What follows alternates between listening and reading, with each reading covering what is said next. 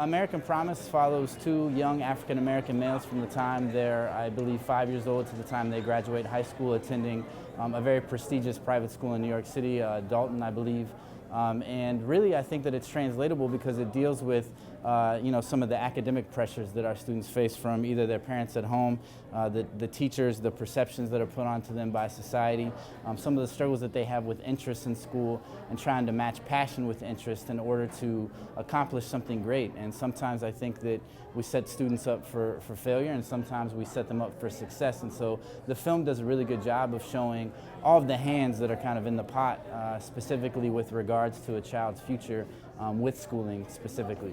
Because of being like one of the only black students in that school, I got treated very differently.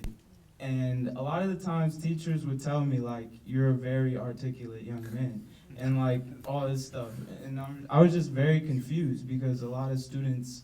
that weren't like me, or like I never really fit in with black kids because I talked white like Idris or whatever, but a lot of those students, like, apparently they struggle because of how they are, and teachers don't realize that if you apply yourself to their emotions and make them want to learn, you'll probably get a better result. I think that the discussion panel, we really wanted a wide array of people that are involved in the educational process. So you saw Superintendent AHART in there. You saw several students from various backgrounds, very diverse mix of students. And then you also saw people from the community that are involved in youth and really want to help the youth and collaborate with the schooling system. And so one thing that the community can take away from that is how everyone really has the same goal. Sometimes our means to getting to that goal just look a little different, and I think that by having a wide variety of people on the panel, you can see different paths that people have taken to where they are now. And if we can, as adults, really reach out and show these young people that we care, instead of just an object in the building that happens to be school that you have to spend more time in than you will at home,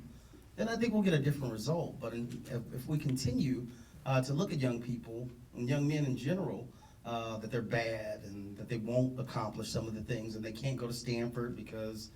they don't have a high ACT score right now in the prep test, then I think we're always going to get the same results. And so we've got to kind of change the way we're looking at young men in general. Where we really need to focus as an educational system and as educators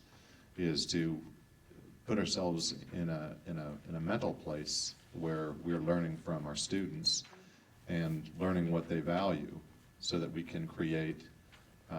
pathways for them that they find meaningful. Tonight what you saw was a true community collaboration between Run DSM, the Drake School of Education, and the I Have a Dream Foundation, along with the United Way. One thing that we wanted to do was premiere this documentary film, American Dream, which has been 12 years in the making, and really just air it so that we could have a dialogue and discussion incorporating the youth in our city about the state of education and where we're at, and some of the pressures I think that we place on students in order to make them successful. And so that was kind of what we wanted to accomplish tonight, was just to create a platform to have that discussion with students as a part of that, so that their voices are really heard in the solution making.